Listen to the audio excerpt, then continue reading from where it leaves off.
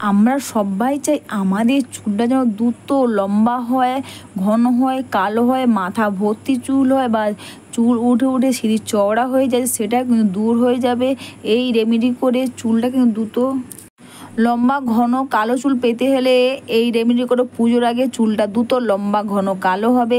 আমি এখানে নিম পাতা নিয়েছি কারি পাতা, আর নিয়েছি এখানে আদা। আর এই তিনটে জিনিসকে আমি 10 থেকে 15 মিনিট একটু ভালো করে ফুটিয়ে নেব।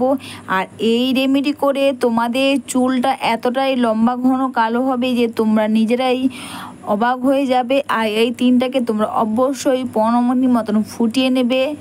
বন্ধুরা, আমরা অনেক কিছু ট্রাই করি, হেয়ার স্ট্রেনিং করো বা হেয়ার স্পা যাই করি না কেন, সবার আগে কিন্তু আমাদের চুলটা ভালো থাকা দরকার। আমাদের চুল যেন ওঠা বন্ধ হয় বা নতুন চুল গজায়, বা অথবা দেখবে মাথার মধ্যে অনেকে প্রচুর পরিমাণ খুশকি, সেটাও যেন বন্ধ হয়ে যায়।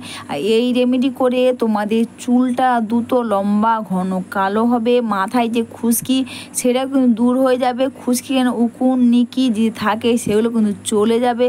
আর এটা তোমরা 15 মিনিট মতন ফুটিয়ে নিয়ে এরপর এটাকে ছেঁকে নেবে। আর এতে একটাই জিনিস দেবে, সেটা হচ্ছে বন্ধুরা প্যারাশুটের নারকেল তেল, আর দিয়ে একটু ভালো করে মিশিয়ে নেবে।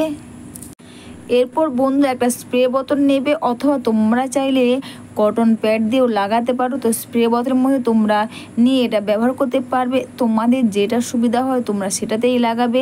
এরপর প্রতিটি চুলের করে তোমরা এইভাবে করে লাগিয়ে নেবে।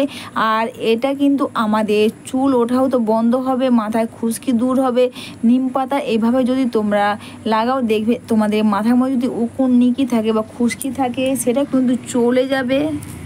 তাছাড়া বন্ধুরা দেখবে কারি পাতা আমাদের চুলে দেখবে অনেকে ডগাটাও ফেটে যায়, কিন্তু সেটা কিন্তু কারি পাতা এইভাবে ব্যবহার করে দেখবে আমাদের চুলে যে ডগা ফেটে যায় সেটাও কিন্তু বন্ধ হয়ে যাবে। আর এটা মেখে নিয়ে তোমরা ভালো করে মাসাজ করে নিয়ে 1-1.5 ঘন্টা রেখে নিবে। তারপর তোমরা যে শ্যাম্পু কন্ডিশনার ব্যবহার করো তোমরা সেটা দিয়ে চুলটা ধুয়ে নেবে। চুলটা দেখবে দ্রুত লম্বা ঘন কালো হবে।